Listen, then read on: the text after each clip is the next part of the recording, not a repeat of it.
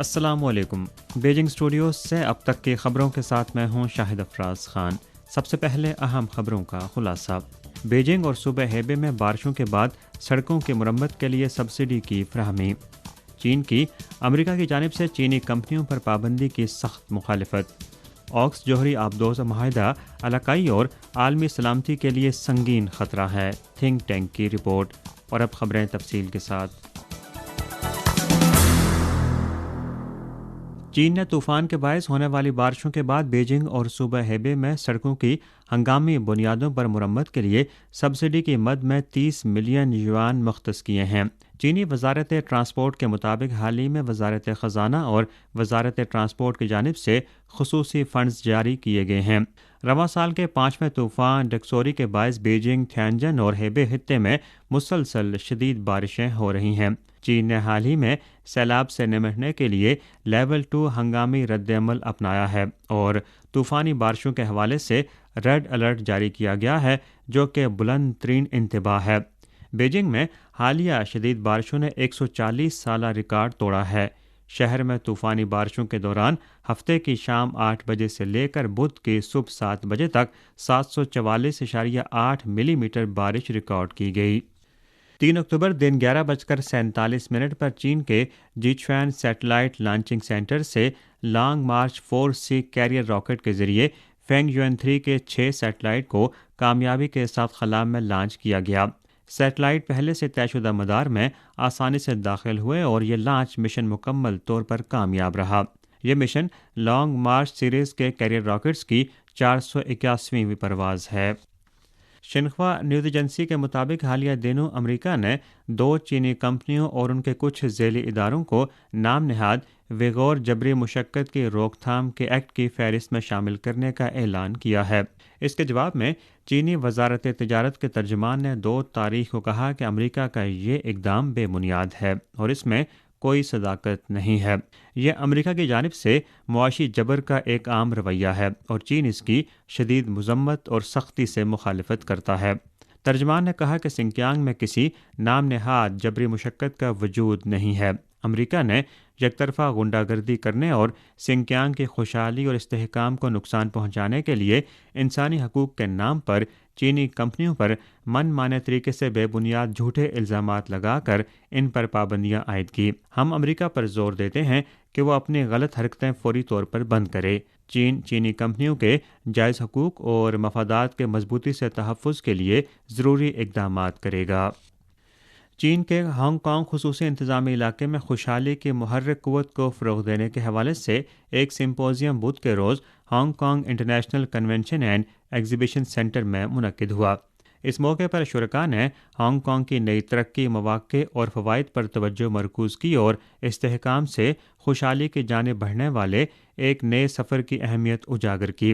Hong Kong SAR کے chief executive جان لی نے سمپوزیم میں کہا کہ ایک ملک دو نظام کے اصول کے تحت ہانگ کانگ نے مادر وطن پر انحصار کرنے اور دنیا سے جڑنے کے منفرد فوائد حاصل کیے ہیں۔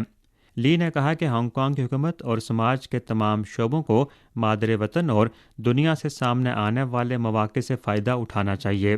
ہانگ کانگ کی ترقی کی رفتار کو متحرک کرنا چاہیے اور استحکام سے خوشحالی کی جانب بڑھنے والے نئے سفر پر تیز رفتاری سے آگے بڑھنا چاہیے تاکہ ہانگ کانگ جلد از جلد زیادہ سے زیادہ خوشحالی تک پہنچ سکے۔ ہانگ کانگ میں مرکزی حکومت کے رابطہ دفتر کے ڈائریکٹر چانگ یانشنگ نے سمپوزیم میں کہا کہ ہانگ کانگ کے طویل مدتی استحکام اور خوشحالی کو یقینی بنانے کے لیے ضروری ہے کہ وقت کے ساتھ چلنے کے ترقیاتی تصور کو برقرار رکھا جائے، ایک کھلا اور قانون پر مبنی کاروباری ماحول تشکیل دیا جائے، اتحاد سے مل کر سخت محنت کی جائے۔ اس موقع پر ہانگ کانگ حکومت اور گوانگتنگ صوبے کے عہدیداروں اور chamber of commerce and enterprises کے نمائندوں نے بھی ہانگ کانگ کے لیے مشترکہ طور پر ایک نیا باب کھولنے کے طریقوں پر تبادلہ خیال کیا۔ 2 تاریخ کو ویانا میں ایک سیمینار کے دوران چین اور روس کے تھنک ٹینک کی جانب سے جاری مشترکہ رپورٹ میں کہا گیا ہے کہ آکس جوہری آبدوز معاہدہ علاقائی اور عالمی سلامتی کے لیے سنگین خطرہ ہے۔ China arms control and disarmament association اور روس کے center for energy and security studies کی جانب سے آکس آبدوز معاہدہ جوہری عدم پھیلاؤ کے نظام اور عالمی سلامتی کے لیے خطرات کے نام سے یہ رپورٹ شائع کی گئی ہے۔ ستمبر 2021 میں اعلان کردہ سہ افریقی آکس اتحاد کے تحت آسٹریلیا امریکہ اور برطانیہ کی فراہم کردہ ٹیکنالوجی کے ذریعے جوہری توانائی سے چلنے والی آبدوزیں بنا سکتا ہے۔ اس معاہدے کے تحت امریکہ اور برطانیہ سے 4 ٹن تک انتہائی افزودہ یورینیم کی منتقلی شامل ہے، جو جوہری ہتھیار رکھنے والے 2 ممالک ہیں۔ رپورٹ میں کہا گیا ہے کہ یہ اقدام NPT کے مقاصد اور روح کے خلاف ہے۔ جوہری عدم پھیلاؤ کی عالمی حکمرانی اور خود NPT کو شدید نقصان پہنچا سکتا ہے۔ اس میں مزید کہا گیا ہے کہ آکس آبدوز تعاون جوہری پھیلاؤ کی سیاسی اور اخلاقی رکاوٹوں کو کم کرتا ہے۔ رپورٹ کے مطابق اس سے عالمی جوہری توانائی ایجنسی کے حفاظتی نظام کو بھی چیلنجز کا سامنا ہے۔ معاہدے نے علاقائی اور عالمی سلامتی کے لیے نئی غیر یقینی صورتحال پیدا کی ہے، جس سے جوہری ہتھیاروں کے انتخاب میں کچھ غیر جوہری ہتھیار رکھنے والے ممالک کی دلچسپی بڑھ گئی ہے اور ہتھیاروں کی دوڑ اور ممکنہ طور پر جوہری آبدوزوں کی دوڑ کو فروغ ملا ہے۔ 2 اگست کو سوڈان میں چینی سفارتخانے اور سوڈانی حکومت نے مشرقی سوڈان کے ایک بندرگاہی شہر پورٹ سوڈان میں ایک تقریب کا انعقاد کیا، جس میں چین کی جانب سے فراہم کردہ امدادی سامان کی ایک کھیپ سوڈانی حکومت کے حوالے کی گئی۔ چین نے سوڈان کو تقریباً 4.6 ٹن امدادی سامان فراہم کیا، جس میں طبی آلات، طبی استعمال کی اشیاء اور ادویات وغیرہ شامل ہیں۔ اس کے علاوہ چین کی ریڈ کراس سوسائٹی کی جانب سے سوڈان ریڈ کرسنٹ سوسائٹیز کی فیڈریشن کو عطیہ کردہ روزمرہ ضروریات کی اشیاء 14 جولائی کو سوڈان پہنچ گئی ہیں۔ سوڈان میں چینی سفارتخانے کے عبوری چارج دی افیئرز جانگ شینگ ہوا نے کہا کہ سوڈان اس وقت مشکل دور سے گزر رہا ہے۔ سوڈان کے ایک اچھے دوست اور شراکت دار کے ناطے چین اس کو بہت اہمیت دیتا ہے اور انسانی ہمدردی کی بنیاد پر مزید امدادی سامان بھی فراہم کرے گا، اور منصوبے کے مطابق اگست اور ستمبر میں یہ امدادی کھیپیں فراہم کی جائیں گی۔ سوڈان میں مسلح تنازع 15 اپریل کو شروع ہوا اور آج تک جاری ہے، جس کی وجہ سے اس سے شدید انسانی المیہ کا سامنا ہے۔ اقوام متحدہ کے رابطہ دفتر برائے انسانی امور نے 2 اگست کو ایک رپورٹ جاری کی، جس میں کہا گیا کہ سوڈان میں مسلح تنازع اور اس کے باعث معاشی کساد بازاری اور بڑے پیمانے پر آبادی کی نقل مکانی جیسے عوامل کی وجہ سے سوڈان میں جولائی سے ستمبر تک تقریباً 20.3 ملین افراد کو خوراک کے شدید عدم تحفظ کا سامنا ہے، جو ملک کی کل آبادی کا 42% بنتا ہے۔ ان میں سے 14 ملین افراد خوراک کے بحران سے دوچار ہیں اور 6.3 ملین افراد کو خوراک کی بدترین ہنگامی صورتحال کا سامنا ہے۔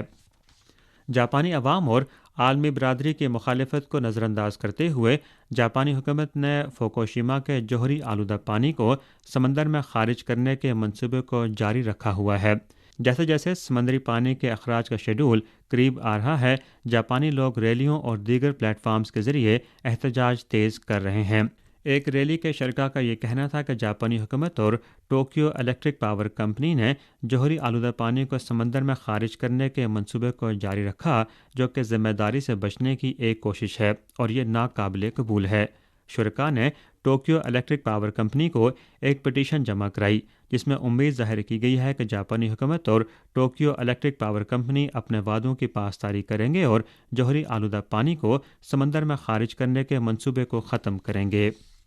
2 اگست کی شام کو نائجر میں فوجی بغاوت کے رہنما اور قومی کمیٹی برائے دفاع وطن کے چیئرمین عبدالرحمان چانی نے ٹیلی ویژن پر خطاب کرتے ہوئے کہا کہ کمیٹی مغربی افریقی ریاستوں کی معاشی برادری کی جانب سے تمام پابندیوں کو قبول نہیں کرتی اور صدر محمد بازم کو بحال کرنے کے لیے علاقائی اور عالمی دباؤ اور کسی بھی جانب سے دھمکیوں کے سامنے نہیں جھکے گی۔ انہوں نے ٹیلی ویژن خطاب میں یہ بھی کہا کہ نائجر میں فرانسیسیوں کو سیکیورٹی کا کوئی خطرہ نہیں ہے۔